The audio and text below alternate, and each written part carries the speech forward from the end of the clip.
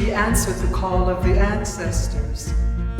And a few people have called him one of the most important African-American artists of his time, and certainly of this time. Art making is taking risks. Some things need to be planned out, some things you just let happen. I'm constantly evolving, though I always say to people, African consciousness is the basis of, or the foundation of so much of my work. As you can see from the work, there's a lot of skill, artistry, poetry that goes into this work. The quality of his line, the softness of his color, his pigment, the delicate quality of the touch of the work. I have a story to tell that speaks about an other existence. I've been following Ben's work from sort of the 90s. So when I saw those works, you know, in the paper, in the flesh, you know, it had a really fantastic impact on me, and it made me feel a sense of validation from them. I tell him this all the time when I speak to him. I love those works. Ben Jones's work is very politically charged in very subtle ways. There is obviously an African consciousness, a consciousness of the African diaspora. There are artists who have that credibility and still have that purity in what they want to convey. This is what they live, this is what they teach, this is what they practice.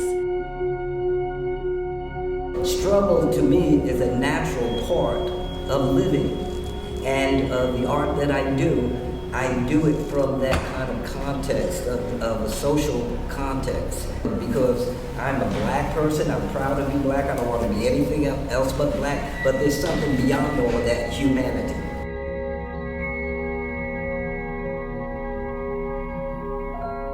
In our lifetimes, we're going to see seismic changes if we do not care. So it's an admonition to care, to understand, to see the bigger picture, to see the implications of technology and how technology can have ramifications to environment and to humanity and to life. That's what Ben Jones's work is about. How do all these things connect? That's the most important thing. How do they connect? So what is the bigger picture? To see things isolated or to see the connections between things. Because when we see the connections between things, we become richer in our knowledge and understanding, and hopefully in our activism to make the world a better place, a better planet, a richer humanity that brings people together as opposed to separates people. His love of Cuba, the Caribbean. This is my 106th visit here. I can never get enough of this place. It has all kinds of problems, but it's such a magical place.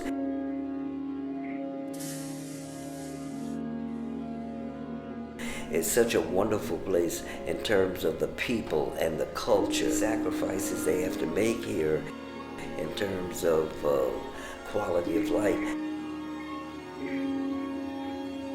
None of the schools closed, none of the museums closed, none of the hospitals closed. If Cuba, to me, was given the right to exist as a country that could control its own destiny, to me, Cuba would be one of the most successful countries, especially one of the most successful Caribbean islands, because the education is here.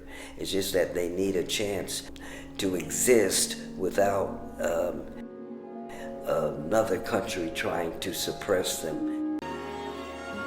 Art and revolution are about change.